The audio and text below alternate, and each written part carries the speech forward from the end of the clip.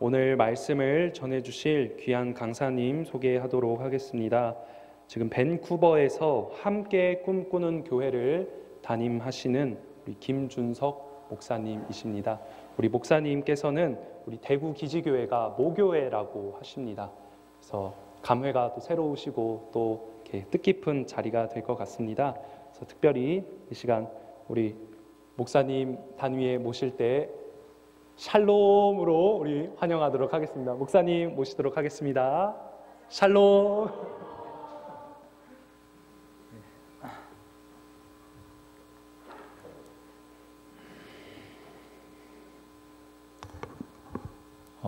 저를 이렇게 소개를 해주셔서 너무 감사드리는데요. 다시 제가 제 소개를 좀 해야 될 것 같습니다. 왜냐하면 제가 한국에 와서 6년 만에 한국을 왔는데 6년 만에 한국을 와서 가장 설레이는 순간이 지금 사실 이 자리입니다.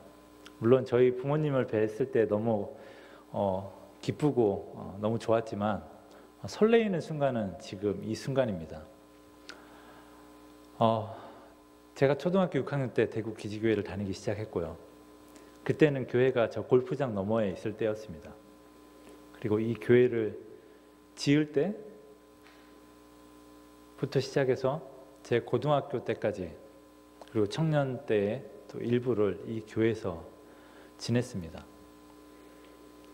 이 교회에서 제가 목사가 되겠다라고 마음을 먹었었고, 그리고 어떤 목사가 될 것이냐라고 생각했을 때에 이 교회에서 만났던 신우의 선생님이 지금까지 저의 마음 가운데 남아있고, 그 선생님이 저의 인생의 모델, 목회의 모델이 되고 있습니다.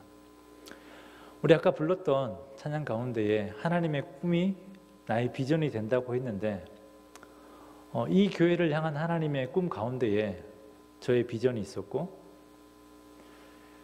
예수님의 성품이 나의 인격이 된다고 했는데, 그 찬양을 부르다가 이런 생각이 들었습니다.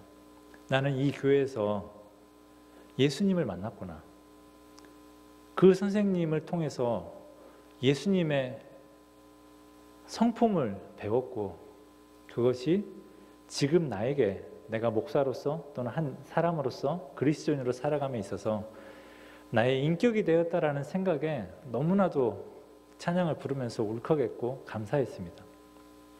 그러면서 또 들었던 생각은 지금 이 자리에 계신 여러분들, 그리고 이 교회의 청년들, 신우회, 그리고 여러분들의 자녀들 또한 이 교회에서 그 하나님의 꿈을 나의 비전으로 삼고 누군가를 통하여서, 여러분들을 통하여서 또 선생님들을 통하여서 예수님의 그 인격을 닮아갈 것이라고, 닮기를 바란다고 하나님께 기도를 했습니다. 저와 같이 신앙생활을 했던 친구들, 지금은 어디에 있는지 여러분들은 잘 모르시겠지만 이 한국 땅 어딘가에서 또 전 세계 어딘가에서 다 훌륭하게 살아가고 있습니다. 이 관사라고 하는 지역, 아까 기도 제목에도 나오던데요. 그리고 저희 부모님께도 들었는데, 관사라고 하는 지역이 점점 사람이 좀 줄고 있다라고 하지만, 사실 저는 그 관사에 살았기 때문에 언제나 이 교회에 올 수가 있었습니다. 공부하다가 심심하면 자전거 타고 와서 교회 문을 열고 와서 기도를 한 게 아니고 그냥 둘러보고 갔습니다. 그냥 둘러보고 갔다는 것은 좀 거짓말이고, 제가 기도했다기보다는 기도하고 있는 어머니를 보고 갔습니다. 또 기도하고 있는 또 많은 사람들을 보고 바람 한번 쐬고 다시 돌아가서 공부를 했었습니다. 저만 그런 것이 아니고 이 교회에서 같이 신앙생활을 했던 많은 친구들이 갈 곳이 없으면 교회에 와서 그냥 바람 쐬러 나왔다 교회에 와서 교회 한번 둘러보고 잠깐 기도하고, 그렇게 돌아갔던 그 교회에 다시 와서 제가 이 자리에 설 수 있다는 것이, 이렇게 불러주셨다는 것에 너무나도 기쁘고 감사했고, 저의 이 기쁨과 감사가 여러분들의 삶 가운데에도, 이 교회 가운데에도 정말 많이 일어났으면 좋겠다. 지금 이 교회를 다니고 있는 주일학교 어린이부터 청년들에 이르기까지, 또 잠시 거쳐가는 신후의 그 청년들에 이르기까지 이 교회가, 나의 비전이 시작되는 교회, 예수님의 인품을 닮을 수 있는 그런 교회가 되었으면 좋겠다라는 생각을 하게 되었습니다. 그런 은혜가 이곳에 모인 많은 성도님들 가운데에 넘치기를 간절히 소망하고, 정말 하나님의 그 놀라운 일들이 일어나기를 간절히 바랍니다. 여러분, 이 군대라고 하는 곳, 또 간단하게 말씀드리면, 저는 이 교회가 모 교회이기도 하지만은 군 생활을 한 곳이 군수사령부입니다. 예, 기억엔 잘 없고 그렇지만 또 여기 같이 군 생활을 했던, 훈련을 받았던 동기분도 한 분 여기 계십니다. 예. 여러분, 이 군대라고 하는 곳은 젊은 청년들에게는 와서 군 복무를 해야 되는 시기이기도 하고, 또 뭔가 통제되는 시기이기도 하고요. 또 그게 아니고 직업으로 가지고 계시는 분들, 또 그 가족들에게도 결코 어떤 사회와는 좀 다른 성격을 가지고 있는 곳이 분명합니다. 또 군대라고, 군인이라고 하는 것에서 가지고 있는, 물론 이 땅은 전쟁이 벌써 수십 년째 없이 평화롭게 지내고 있지만, 사실은 군인 여러분들이 잘 지키고 있기 때문에 그 평화를 유지하고 있는 것이죠. 그래서 그 평화를 유지함에 있어서 가장 전방에서, 가장 그 끝에서 그것을 지켜내고 있는, 물리적으로 지켜내고 있는 분들이고, 또 그 일을 위해서 함께 기도하고 후원하는 일들을 이 교회와 믿음의 사람들이 하고 있는 것이죠. 그렇기 때문에 이 군대라고 하는 곳, 그리고 이 교회라고, 군교회라고 하는 곳은 그냥 이 세상 가운데 어느 한 곳, 평범하게 살아가고 있는 어느 한 곳이 아니라는 겁니다. 그 경계 속에서 살아가고 있는 여러분들에게 오늘 이 말씀을 함께 좀 나누고자 해서 사도행전 9장과 10장의 이 말씀을 가지고 왔는데요. 사도행전 9장과 10장은 초대교회에 있어서 가장 중요한 두 인물이 등장하고 있습니다. 한 명은 바울이고 한 명은 베드로입니다. 오늘 본문에서는 베드로는 읽지 않았지만, 바울은 읽지 않았지만 이 베드로와 이 바울을 좀 함께 이야기를 해보려고 합니다. 여러분, 바울 사도가 어떤 분인지 여러분들은 잘 알고 있고, 어떻게 해서 그가 회심을 했고 회심 이후에 어떻게 살아갔는지 잘 알고 있습니다. 원래 바울은 예수님을 믿는 사람이 아니라 예수님을 믿는 사람들을 잡아다가 감옥에 가두고 억압하는 사람이었죠. 동일하게 그가 어느 날 다메섹으로 가는 길에서 동일하게 예수 믿는 자를 잡아다가 데려오려고 하는 그 자신에게는 사명이었죠. 생각이었죠. 그 길을 가는 속에서 그가 예수님을 만나고 회심을 하고 이제 예수님을 믿는 자, 전하는 자로 살게 됩니다. 여러분, 그런데 이 사울이죠. 사울이 내가 예수님을 만났고 나 혼자 예수님을 이제 전하는 사람으로서 살아갔다라고 생각하시면 안 됩니다. 사울이 그렇게 됨에 있어서는 사울을 도와줬던 사람이 있습니다. 사울이 다메섹 도상에서 예수님의 음성을 듣고 눈이 멀었을 때에, 그리고 옆에 도시에 가서 그가 있을 때에 그를 예루살렘으로 끌어와 줄 수 있는 한 인물이 있었습니다. 바로 그 사람이 아나니아라고 하는 사람입니다. 모두 다 그 사울을 두려워하고 있을 때에 하나님께서 아나니에게 말씀하시고 그를 데리고 오라고 말씀하셨고, 그 또한 두려웠지만은 이 사울을 예루살렘 교회에 소개하는 인물, 역할을 하게 됩니다. 그를 도와주었던, 그를 교회 안으로 이끌었던 한 사람이 있었던 것이죠. 뿐만 아니라 그 예루살렘 교회에 잠깐 있었지만 다시 나가서 그가 원래 있던 다소 지역에서 그가 머물러 있을 때에 그를 안디옥 교회로 데리고 오고 본격적으로 초대교회에 있어서 중요한 역할을 하게 만들었던 사람이 바로 바나바라고 하는 인물입니다. 이 아나니아와 바나바가 없었다면 사울은 그가 회심은 했지만은 그가 초대교회의 중요한 인물로 바뀌기에는 큰 어려움들이 있었을 것입니다. 우리는 이 사도행전을 읽으면서 바울과 베드로에 많이 집중을 하게 되죠. 성경을 읽을 때에도 굉장히 중요한 한 인물들만 굵직굵직하게 알고 그 사람처럼 되기를, 내 자녀가 그 사람처럼 되기를 바라지만 사실은 바울로 있기 위해서는 아나니아와 바나바라고 하는 굉장히 중요한 두 인물이 있습니다. 누구도 그렇게 하기 싫었던 상황 속에서 그를 품고 그를 교회로 이끌어들이고 그와 함께 공동 사역을 하며 교회를 위해서 섬겼던 인물들이 있었던 것이죠. 그 사람들은 초대교회에서는 어떤 역할로 나타나지는 않았지만은 제가 보기에는 정말 그 시대에 선생 같은 사람이었구나, 어른 같은 사람이었구나, 좀 부족한 사람을, 남들이 다 두려워하고 두려워 떨고 있는 그 사람을 교회로 손잡아 이끌어드리고 그가 교회에서 그가 가진 재능을 가지고 사역을 할 수 있도록 이끌었던 인물이 바로 이 두 사람이 있었다라는 것입니다. 자, 그때에 베드로는 무엇을 하고 있었을까요? 그때에 오늘 본문을 앞뒤로 보면은 베드로는 사울이 바울이 되어가고 있을 때에 베드로는 수많은 초대교회의 지역들을 돌아다니면서 병 고치는 사역들을 하고 있었습니다. 그런데 베드로도 자기가 예수님의 수제자로서 자신이 받은 능력으로 가지고 그 사람들을 막 고치면서 다녔다라고 생각할 수 있지만은 사실 베드로가 이 사람들을 고침에 있어서도 많은 사람들이 베드로를 도와주었습니다. 오늘 보면 바로 앞에 보면 다비다라고 하는 한 여인이 있었습니다. 이 사람은 그 지역에 살고 있는 수많은 과부들, 남편을 잃은 그 과부들을 선행으로 구제하며 도와주었던 사람이었죠. 그런데 어느 날 이 다비다라고 하는 여인이 죽었습니다. 그러자 그 과부들이 이 다비다를 위해서 눈물을 흘리고 바울에게 간청하였던 거죠. 그래서 제가 혹시 바울이라고 했나요? 새겨 들으시기 바랍니다. 지금부터는 베드로입니다.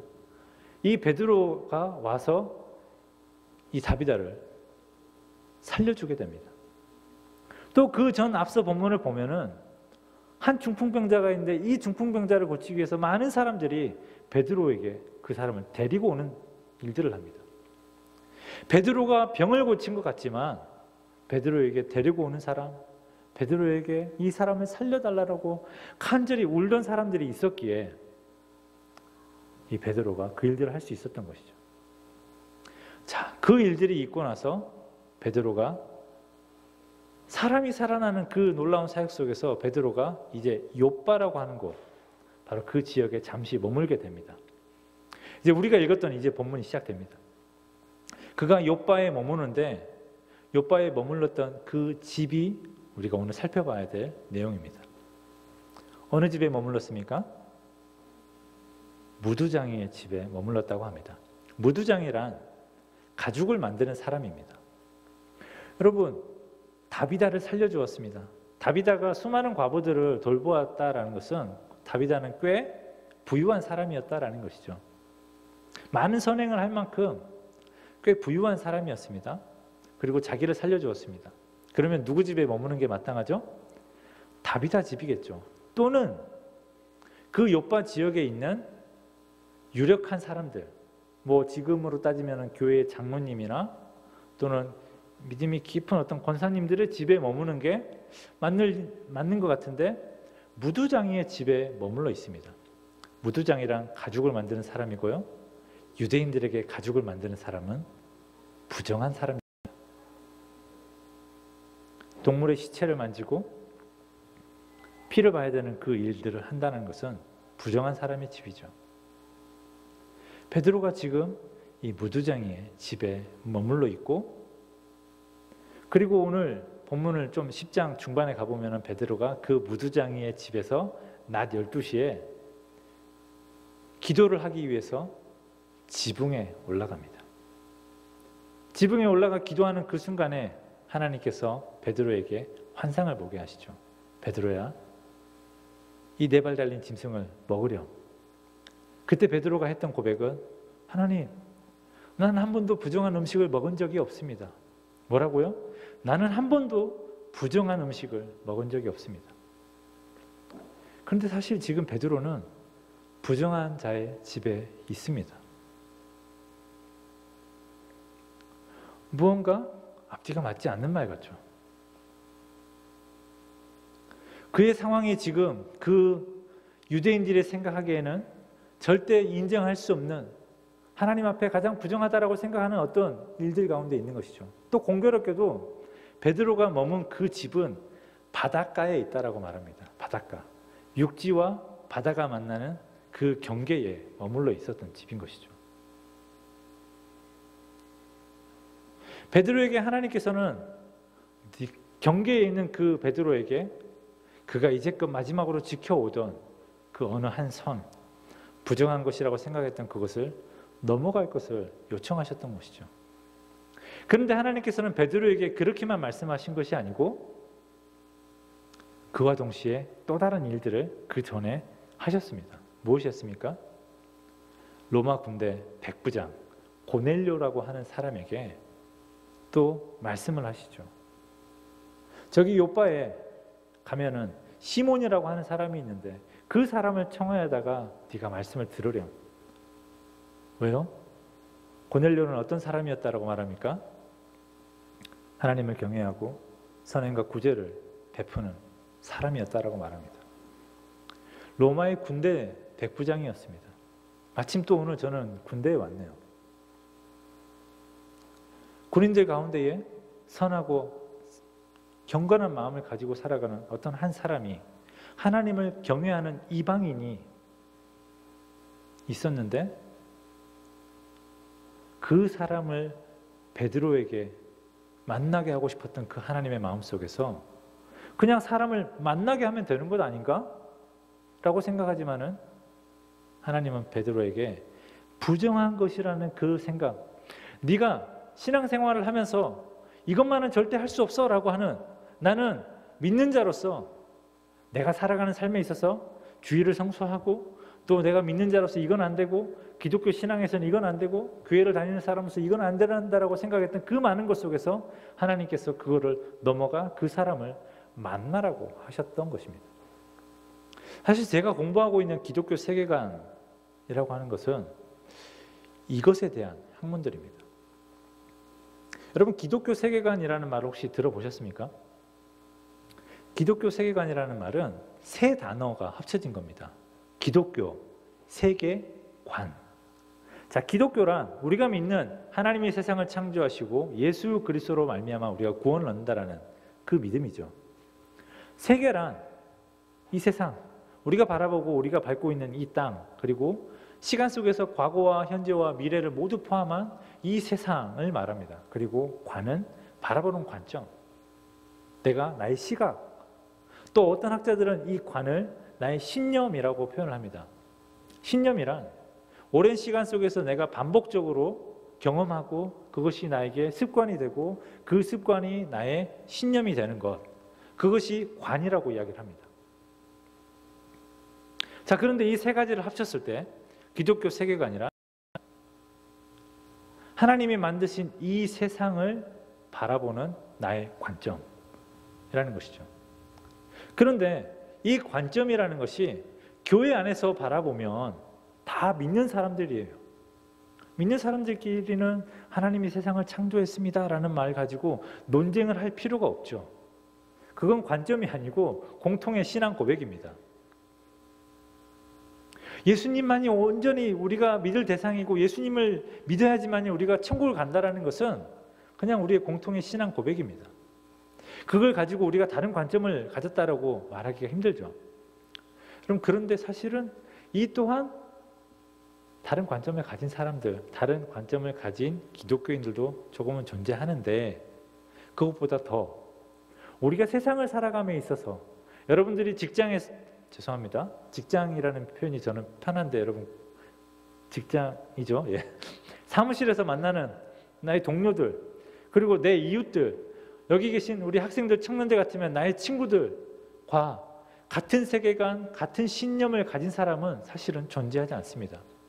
아니, 부부로 30년, 50년을 산다고 하더라도 나의 세계관은 결코 같을 수가 없습니다.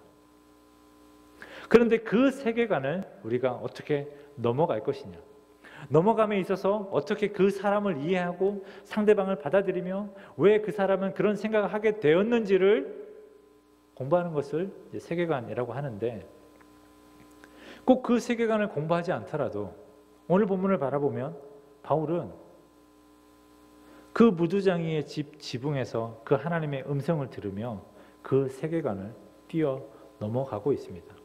어디에서요? 바울이 그 무두장이의 집, 자기도 몰랐던 그 무두장이의 집, 부정한 자의 그 집 지붕에서 하나님께 기도할 때 그는 그 하루 전 하나님께서 이 고넬료를 자기에게 보낼 거라는 것을 모르는 그 상황에서 그곳에서 하나님 앞에 기도하는 속에서 그 경계에서 경계 너머의 다른 사람을 만나게 되는 것입니다.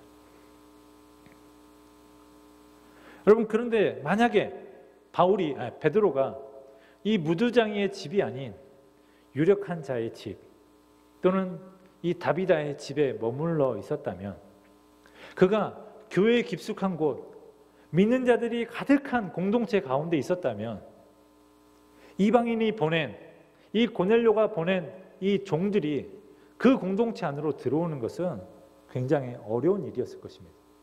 왜요? 부정한 사람들이 그 공동체에 들어오는데 누가 그것을 반겨 좋아하겠습니까? 부정한 사람이 유대의 유력한 장로의 집에 들어오는데 어떻게 그것이 쉬운 일이겠습니까? 그러나 이방인의 그 종이 무두장이의 집, 부정한 자라고 하는 그 집에 들어와 베드로를 찾을 수 있었던 것은 아무 어려움 없이 그 집을 찾을 수 있었다는 것입니다. 여러분, 우리가 그 경계에 있지 않고는, 우리가 교회 안에만 있고 믿는 사람들과의 관계 속에만 있으면 누구도 우리를 찾아올 수 없습니다. 나와 다른 세계관을 가진 사람들이, 정말 하나님께서 이 사람 또한 교회 안으로, 공동체 안으로, 믿음의 자녀로 하나님의 나라로 오기를 원하는 사람들이 들어올 수가 없다라는 것이죠. 내가 원하든 원하지 않든, 우리가 지금 이곳에 이 군대라고 하는 곳, 어떤 사람들은 원해서 원하지 않아도 와야 돼 있는 이 경계 속에서 우리가 있을 때에 만나게 되는 그 사람들을 통하여서 하나님은 베드로가 넘어갔던 그 경계, 우리가 이 땅에서 살아가며 넘어가야 될 그 경계의 사람들을 만나게 한다는 것입니다. 이 교회의 수많은 믿음의 자녀들이 그 시간들을 보내왔고, 저 또한 보내왔고, 아마 이곳에 있는 어린 자녀들 또한 언젠가는 수많은 그런 경계들을 만나게 될 것입니다. 사실 지금 이 자리에 계신 분들도 이곳이 경계이고, 모든 그리스도인들이 각자 살아가고 있는 그 경계가 있습니다. 거기서 만나는 경계 너머의 사람들이 있다라는 것이죠. 그 경계에서 우리는 하나님 앞에 기도할 때, 신실하게 살아가고 있을 때 하나님께서는 우리에게 그들을 만나게 하실 것이고, 그들을 우리가 이해하는 과정 속에서, 하나님이 만나게 하시는 그 과정 속에서 그들을 통하여서 이방의 선교가 시작되는 것이 바로 이 사도행전 10장의 말씀입니다. 저는 그래서 이 대구 공군기지교회가 이 사도행전 10장, 9장과 10장, 누군가를 이끌어주는 아나니아와 바나바와 같은 사람들이, 수많은 사람들, 지금 이 자리에 앉아 계신 어른들이고, 또 여러분들을 통하여서 누군가는 바울과 바나바와 같은 사람, 베드로와 같은 사람이 나오고, 또 수많은 신우애들이, 또 수많은 믿음의 이 군인 장병들이 여러분들을 통해서 주의 나라로 들어올 줄을 믿습니다. 그 은혜가 있는 우리 대구 기지교회 모든 성도들, 이 교회가 되기를 간절히 소망하고, 저 또한 이 교회가 수많은 믿음의 청년들, 자녀들이, 청년들이, 아비들이 예언하고 환상하고 꿈을 꾸며 살아가기를 간절히 먼 땅에서 또한 기도하겠습니다.